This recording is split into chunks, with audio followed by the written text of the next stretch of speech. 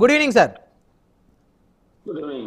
So ఏంటి లక్ష్మీనారాయణ గారు, మొత్తానికి 4 రోజుల నుంచి ఒక రాజ్యసభ సభ్యుడి మీద, ఆంధ్రప్రదేశ్ రాష్ట్రానికి సంబంధించినటువంటి రాజ్యసభ సభ్యుడి మీద వస్తున్నటువంటి పెద్ద ఎత్తున ఆరోపణలు, ఒక ప్రభుత్వ ఉద్యోగినికి రాజ్యసభ సభ్యుడి మీద వస్తున్నటువంటి ఎలిగేషన్స్, అదేవిధంగా దీనికి సంబంధించి రకరకాలుగా ఎవరికి నచ్చిన విధంగా వారు మాట్లాడటం, అదేవిధంగా ఆ పార్టీ ఏదైతే రాజ్యసభ సభ్యుడి పార్టీ ఏదైతే ఉందో ఇప్పటి వరకు కూడా పెద్దగా స్పందించింది అయితే లేదు. అయితే ఇప్పుడు ఎమ్మెల్యే గారు చెప్తా ఉన్నారు ఆ పార్టీ నుంచి, ఖచ్చితంగా మేమంతా అండగా ఉన్నాం, ఆయన మీద ఆరోపణలు మాత్రమే దుష్ప్రచారం చేస్తూ ఉన్నారు, ఒక మహిళని ఆ రోడ్డు మీదకి ఈడ్చేటువంటి ప్రయత్నం చేస్తూ ఉన్నారు, వ్యక్తిత్వ హననం చేస్తూ ఉన్నారు అని చెప్పేసి చెప్తా ఉన్నారు. సో ఈ అంశాన్ని సంబంధించి ఎలా తీసుకోవాలి ఈ అంశాన్ని? ఫ్యాన్లో ఉన్న వాళ్ళందరికీ నమస్కారం. ఇప్పుడు ఎందుకంటే 4-5 రోజులు చూస్తే టీవీ పెట్టాలన్నా 4-5 ఛానల్స్, 2-3 ఛానల్స్ పెట్టాలి, చాలా చికాకుగా అనిపిస్తుంది. అంటే ఫస్ట్ మనం అంటే ఇది రోడ్డు మీదకి అసలు ఉందో లేదో తెలియదు దానికి రోడ్డు మీద పెట్టి ఛానల్లో పెట్టి డిబేట్ పెట్టి చాలా చండాలంగా మాట్లాడుతున్నాం. ఆ ఇంటర్వ్యూస్ లో అడగటం కానీ వాడు చెప్పడం కానీ ఇది కూడా చాలా చికాకు అనిపిస్తుంది. యాక్చువల్గా ఫస్ట్ మనం దాన్ని ఖండించాలండి. ఇప్పుడు ఒక ఆడపిల్ల, ఎవరు ఆడపిల్ల అయినా ఒకటే, మనకి అది మహిళా, ఓసీయా, బీసీయా, ఎస్టీయా, ఎస్సీ అని అనవసరం. మనకి ఎవరైనా మహిళ, మన చెల్లి అయినా ఒకటి, మన పిల్లమైన ఒకటే, మన తల్లి అయినా ఒకటే. ఫస్ట్ దాన్ని ఖండించాలండి. అది నెక్స్ట్ విజయసాయిరెడ్డి గారు అన్న వ్యక్తి ఒంటరి వాడా, దేనివాడా, పార్టీకి సపోర్ట్ ఉందా, పార్టీ నుంచి బయటికి వెళ్ళిపోయాడా అన్నది వాళ్ళ అంశం. అది మనకి వాళ్ళ పార్టీలో ఏం చేస్తారో మనకు అనవసరం. గతంలో ఉన్నప్పుడు కూడా భువనేశ్వర్ గారి మీద చాలా చండాలంగా మాట్లాడారు. ఆవిడ ఎప్పుడు, భువనేశ్వర్ గారు ఎప్పుడు కూడా బయటకి ఎక్కడ వీడియో కూడా అనుకుంటే, ఈ మధ్యన మన చంద్రబాబు నాయుడు జైలుకి వెళ్ళినప్పుడు తర్వాతే బయటకు వచ్చారు తప్ప ఎప్పుడు ఆయన ఆవిడ ఫోన్ ఎదురుకుండా కూడా మాట్లాడేది లేదు కూడా. ఇప్పుడు కూడా ఎక్కడ కూడా చంద్రబాబు సిబిఎన్ గారు పక్కన కూడా ఎక్కడ నుంచున్నట్టు కూడా కనిపిస్తుంది. అలాగే ఒకసారి లాస్ట్ టైం రాహుల్ గాంధీ వచ్చినప్పుడు నారా బ్రాహ్మణి గారు ప్లస్ రాధాకృష్ణ గారు అమ్మాయి కూడా వెళ్ళి హోటల్లో కూర్చుని మాట్లాడితే దాని గురించి చిలవల పలవలు చేసి ఒక వారం రోజులు అట్లా ఆ సోషల్ మీడియాలో చూడలేకపోయినా అంత చండాలంగా రాశారు. ఎందుకంటే వాళ్ళు రాశారు. ఇప్పుడు ఈ రోజు దీన్ని ఏంటంటే ఇలాంటి అంటే మనకు ఖండించాలండి, తప్పనిసరిగా ఖండించాలి. ఎవరైనా సరే అదేంటన్నా కానీ సరే, ఆ అమ్మాయి అంత క్లియర్ కట్ గా నాకు ఇది అని చెప్పినప్పుడు దాన్ని పదే పదే చేస్తున్నారు.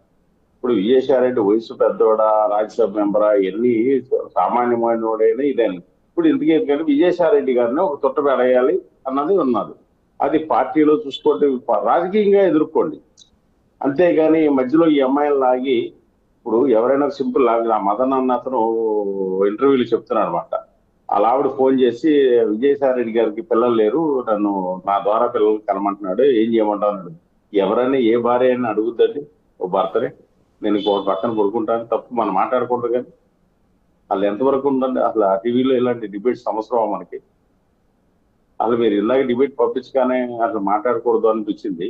కానీ అందరూ ఉన్నారు, మన అంటే మన యొక్క అభిప్రాయాలు వ్యక్తం చేయాలని ఉంది. విజయసాయిరెడ్డి ఏంటంటే ఫస్ట్ వాళ్ళు చేశారు, ఇప్పుడు వీళ్ళు చేస్తున్నారు అంతే. పార్టీలో వాళ్ళు వచ్చేసుకుంటున్నారా, విజయసాయిరెడ్డి బిరామీ అన్నది అందరికీ తెలిసిన మాట, జగమెరిగిన సత్యం అని. ఇప్పుడు జగన్ అన్న అతను ఎప్పుడు కూడా బయటకు వచ్చి మాట్లాడు, పక్క వాళ్ళతో మాట్లాడుతూ ఉంటాడు, చూసి నవ్వుకుంటూ ఉంటాడు. అది మన అందరికీ తెలిసిన విషయం. అది దాని గురించి మనం ఎక్కువగా మాట్లాడకూడదు. ప్లస్ ఇలాంటి చర్చలు అనవసరమని మనం అనుకుంటున్నాను. అది విజయసాయిరెడ్డి ఒంటరి వాడా, ఏం వాడా, ఎవడైనా వాళ్ళు నిన్న జుబ్బుడు ప్రభాకర్ గారి దగ్గర ప్రెస్ మీట్ ఇచ్చినట్టున్నాడు. ఆయన నిన్న మొన్న 2 రోజుల కింద ప్రెస్ మీట్ ఇచ్చినట్టు. జుబ్బుడు Prabhakar 1 of the main person, అంటే జగన్ అంతరంగికుల్లో ఒకటి అనుకుంటున్నాను. పార్టీ మరి ఎట్లా వాళ్ళ సొంత విషయాలు మనకు అనవసరం. మనం ఏంటంటే దయచేసి ఏంటంటే ఈ ట్రాఫిక్ ని ఇక్కడతో ఆపేస్తే మనకు మంచిదని నేను అనుకుంటున్నాను. అంటే మనం మీ ఛానల్ ప్రసారం చేయాలి. చాలా ఛానల్స్ ఈ విషయాన్ని ఎత్తుకోలేదు, 2-3 ఛానల్స్ చూస్తున్నాను. అది సోషల్ మీడియాలో చాలా ఇబ్బందిగా ఉంది. ఎవరైనా అమ్మాయే, ఇప్పుడు విజయసాయిరెడ్డి అయినా కానీ ఆయన వయసు తగ్గట్టు మనం చేయాలి, మనకు అనవసరం అండి అని నా అభిప్రాయం, అంతకన్నా ఏమి లేదు. ఇప్పుడు విజయసాయిరెడ్డి అన్న ఇవన్నీ చూస్తుంటే ఏంటంటే ఒంటరి వాడిని చేస్తున్నట్టే పార్టీ అనిపిస్తుంది.